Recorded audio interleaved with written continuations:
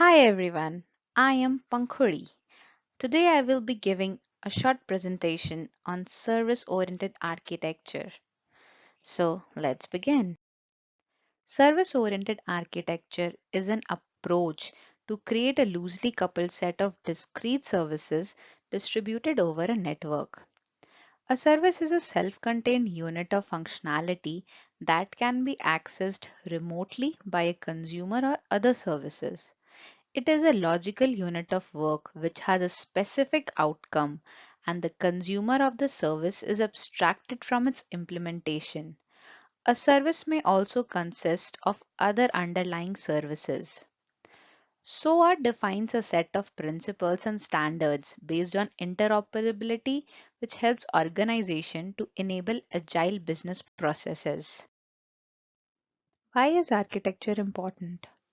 A very good example would be the Winchester Mystery House of San Jose, California. It was the home to the heiress of the Winchester fortune, amassed from the sales of Winchester rifle. According to the legend, the heiress went to see a fortune teller and learned she was cursed to be haunted by the spirits of everyone ever killed by a Winchester rifle. The only way to avoid the curse was to build a mansion. As long as she kept building, the spirits would leave her alone. So she hired 147 builders and 0 architects, all of whom began working on the mansion simultaneously. The builders worked on the mansion until the heiress passed away. The result of their effort is a classic example of implementation without architecture. The mansion contains 160 rooms, 40 bedrooms, 6 kitchens, 2 basements, and 950 doors. Out of those 950 doors, 65 of them open to blank walls. 13 staircases were built and abandoned, and no architectural blueprint for the mansion was ever created. Confusing architecture with implementation generates chaotic and unpredictable result, much like the Winchester Mystery House. There are some basic principles describing the service-oriented architecture. Even though these are not the industry standards, but these are a set of principles which are commonly used in industry and are considered best practices when implementing SOA. The first one is standardized service contract, which means that the service should adhere to define a set of agreements, also known as service description document.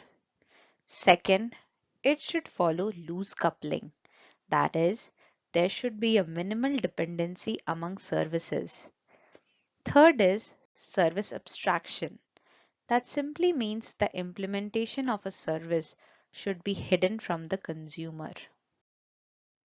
Now comes the service reusability principle, which states that the common logic should be composed into single services to promote reusability.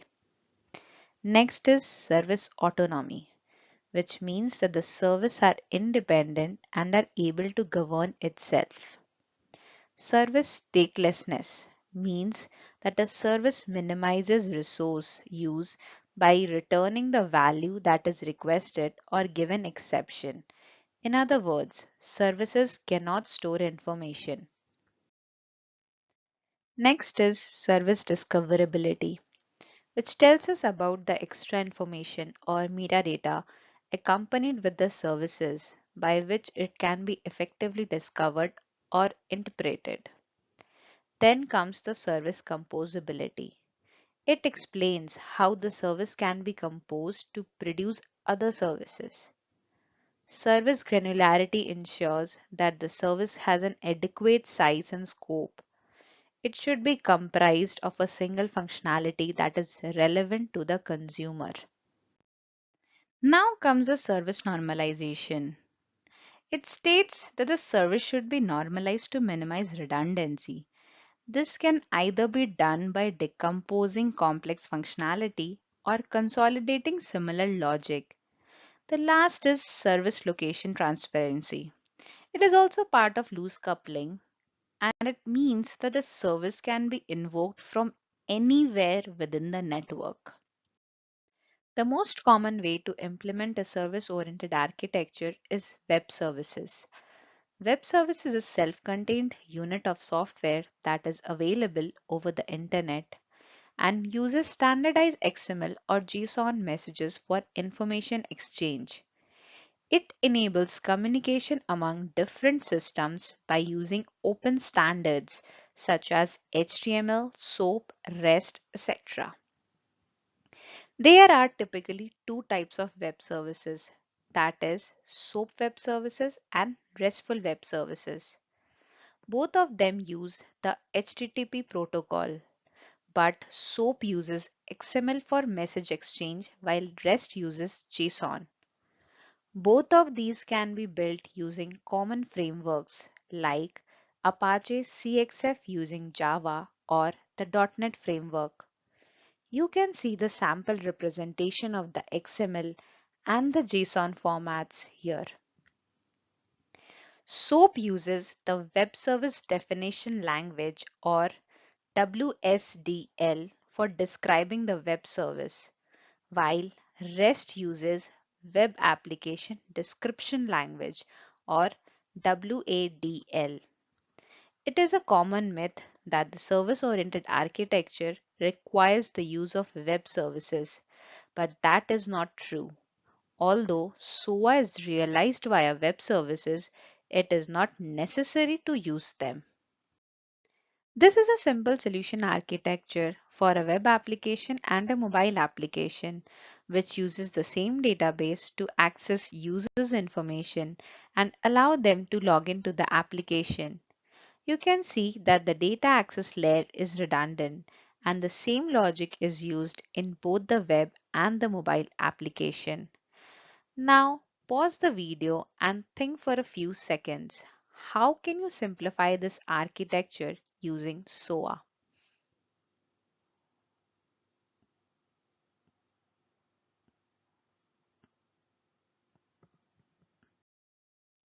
A simple solution would be to create an API or a web service.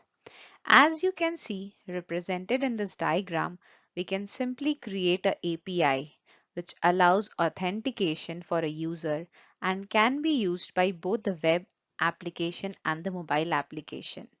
Hence, by abstracting such logic to APIs, we can reuse code and minimize redundancy. Before SOA came into the picture back in the year 2000, enterprises developed application for a particular business process. An application with related functionalities often had duplicate code. For example, if multiple applications required to check the flight cost, each would duplicate the code, leading to a waste of money and effort. Moreover, if the cost checking functionality needed a change, each and every application needed to be updated and hence slowing the modification process. And as the applications grew complex, it became more difficult to maintain and support multiple code bases. The introduction of SOA made it possible to design an architecture around services rather than entire application.